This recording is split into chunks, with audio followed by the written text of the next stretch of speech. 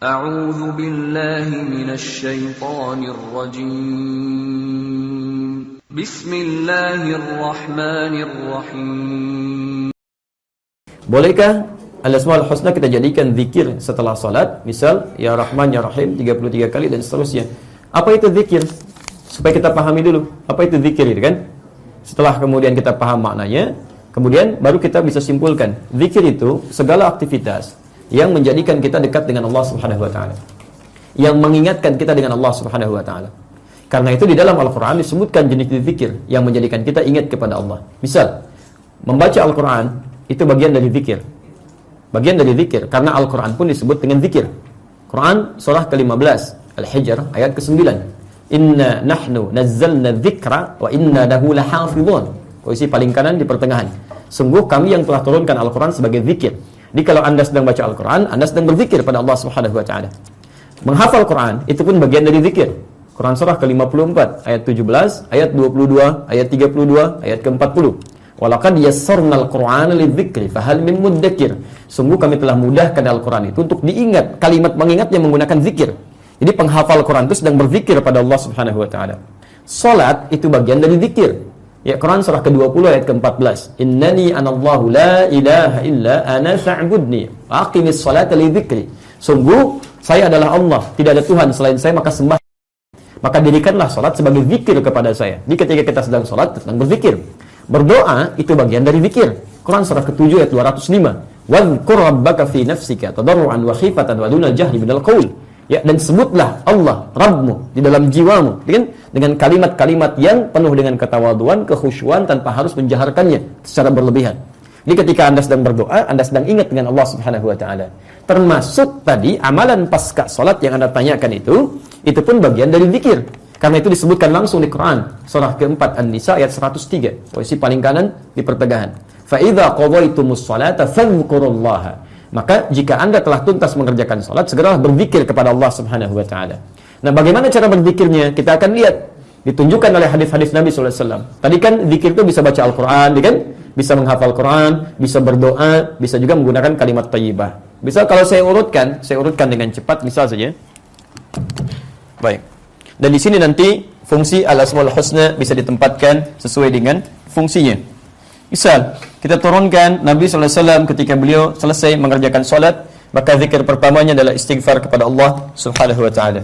Anda temukan di hadis Muslim nomor hadis 591.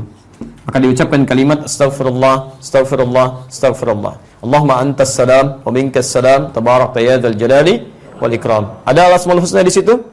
Ada kalimat Allah, astaghfirullah, astaghfirullah, astaghfirullah. Kemudian turun lagi misalnya hadis Muslim, hadis yang sama nomor hadis 593. La ilaha illallah wahdahu la syarikalah, lahul mulku wa lahul hamdu wa huwa ala kulli syai'in qadir. Teruskan lagi misalnya hadis Muslim nomor hadis 597. Sebutkan subhanallah, subhanallah, subhanallah, alhamdulillah, alhamdulillah, alhamdulillah, Allahu akbar, Allahu akbar, Allahu akbar. Masing-masing 33 kali, kan? Kemudian setelah itu terdapat Rasulullah SAW kemudian membacakan ayat Al-Qur'an. Ya, ayat Al-Kursi itu, ya, Al-Kursi, Quran surah Al-Baqarah ayat 255, posisi paling kiri di pertengahan. Kita temukan di An-Nasa'i misalnya bagian yang keempat halaman 99. Setelah itu beliau teruskan membaca 3 surah yang terakhir. Ya, Al-Ikhlas. Al-Ikhlas, kemudian Al-Falaq gitu kan, kemudian An-Nas. Itu didapatkan di hadis riwayat Abu Daud nomor hadis 1523. Kemudian setelah itu beliau berdoa. Ini di antara contoh doanya ada di Ibnu Majah. Ibnu Majah nomor hadis 925. Ini yang paling pendek. Allahumma inni as'aluka ilman nafi'a wa rizqan thayyiba wa amalan mutaqabbala. Itu contoh yang paling pendek.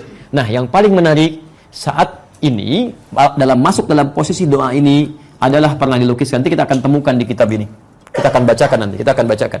Adalah pernah seorang sahabat Nabi kemudian berdoa pasca salat itu memohon kepada Allah Subhanahu wa taala, menyebut Al-Asmaul Husna, membuka dengan nama puncak tertingginya, disebut Asmaullahil A'zam. Nama-nama Allah yang paling tinggi yang jika dibaca dengan nama-nama itu, maka nanti kalimat hadisnya doa segera dikabulkan, permintaan akan diberikan.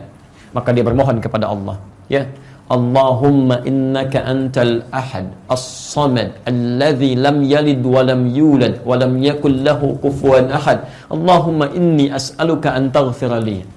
Terdengar oleh Rasulullah SAW dikatakan pada orang ini, dari mana kamu tahu doa tersebut? At-tadri, tahukah engkau? Itulah nama-nama Allah yang tertinggi. Idza du'iya biha ajaba wa idza su'ila biha a'ta. Wa idza su'ila biha a'ta. Itu nama-nama Allah tertinggi puncaknya. Kalau dimintakan di awal dengan itu, doa kamu akan segera dijawab, permintaan kamu akan dikabulkan. Maka silahkan mengambil kias dari amalan itu, Anda boleh sebutkan. Misal, tapi sesuai dengan kebutuhan kita. Sesuai, misal Anda punya kesulitan, sebut ya Al-Fattah, ya Allah ya Al-Fattah, ya Al-Fattah, ya Al-Fattah. Boleh minta pakai bahasa kita. Tidak harus pakai bahasa Arab. Kalau doanya ada dari Nabi langsung, spesifik terkait kebutuhan kita, minta dengan lafadznya, itu yang terbaik. Tapi kalau tidak mengalaminya, di zaman Nabi nggak ada, misal anak antum sedang ujian di SD, zaman Nabi kan nggak ada ujian SD, ya, Anda boleh menggunakan bahasa Anda. Ya Allah ya Alim, ya Alim, ya Alim, engkau pemilik pengetahuan, engkau pemilik ilmu, segala ilmu berasal darimu, dicurahkan kepada engkau yang engkau kehendaki. Mohon ya Allah, berikan kemudahan pada anak hamba ya Allah. Jadikan ilmunya bermanfaat, yang mendekatkan dirinya kepadamu ya Rabb, ya Allah, ya Allah. Minta, boleh itu. Sebut, jadi sesuai kebutuhan kita. Jadi jangan sampai Anda misalnya menyampaikan sesuatu yang Anda sendiri nggak butuh. Ya, coba lihat kan, kalau Anda punya masalah, mohon sifat kesabaran, ya Allah ya sabar, ya Allah ya sabar, ya kan? Anda punya persoalan tadi, ya Al-Fattah, Anda butuh rezeki, ya Razzaq. Nah, jadi nggak harus semua disebutkan, ya Allah ya Rahman, ya Rahim, ya Malik, ya Kudus, itu kan? Masya Allah, begitu Anda nggak punya masalah, Anda minta, ya sabar, ya sabar, ya sabar. Baik, Anda minta sabar sama dengan minta masalah. Sama dengan minta masalah, gitu kan? Baik. Jadi, dalam beberapa hal, kami katakan, silahkan, boleh itu dilakukan, dan semoga diberikan pahalanya, tapi catatan kami, alangkah lebih baik bila terkait dengan kebutuhan yang dimaksudkan. Walaupun tidak salah, kalau ingin menyebutkan, memperbanyak kalimat-kalimat tadi. Jelas di sini?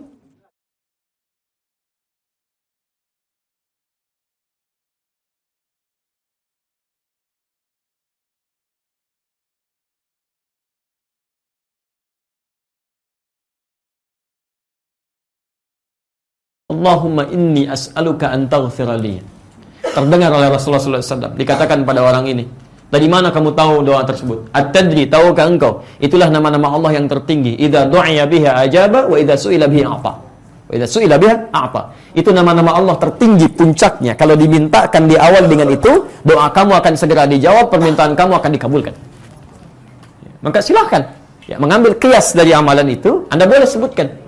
Ya, misal, tapi sesuai dengan kebutuhan kita.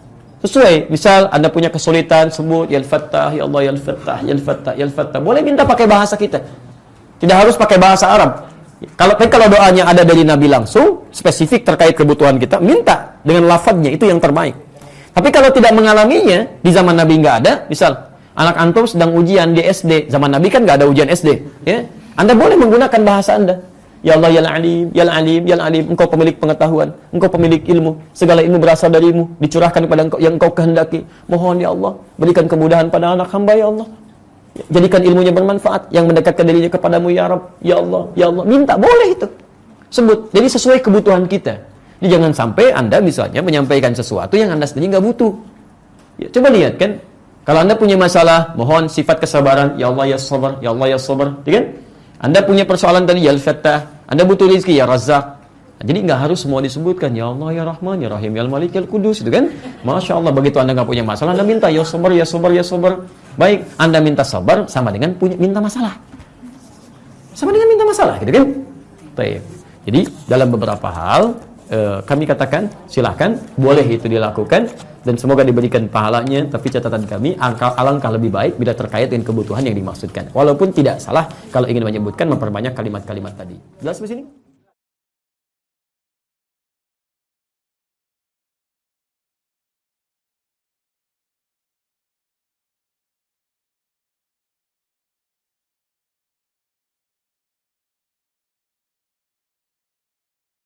Ya sabar. Baik, Anda minta sabar sama dengan minta masalah. Sama dengan minta masalah, gitu kan? Baik. Jadi, dalam beberapa hal, kami katakan, silahkan, boleh itu dilakukan, dan semoga diberikan pahalanya, tapi catatan kami, alangkah lebih baik bila terkait dengan kebutuhan yang dimaksudkan. Walaupun tidak salah, kalau ingin menyebutkan, memperbanyak kalimat-kalimat tadi. Jelas di sini?